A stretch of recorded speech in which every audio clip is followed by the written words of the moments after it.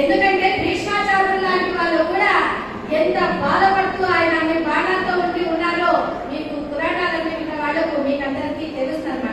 కనుక ఒక్కసారి ఈ సంవత్సర శ్లోకాన్ని మనం పఠిద్దాం. ఓం వైశ్వానరం భజే నిత్యం విశ్వావసుతః నరవాహనమారూఢం ఖడ్గవేదీధరం విభుం. ఈ విశ్వావసునామ సంవత్సరానికి వైశ్వానరుడు అధికం.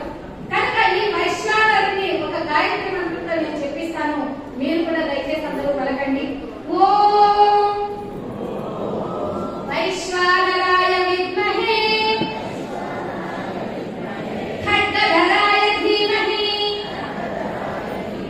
తన్నో వైశ్వానరః ప్రచోదయాత్. తన్నో వైశ్వానరః ప్రచోదయాత్.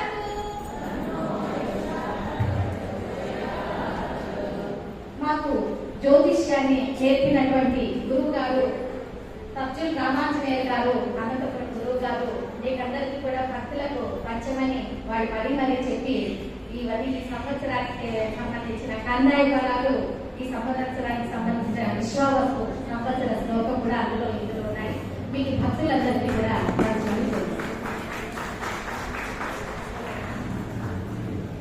అలాగే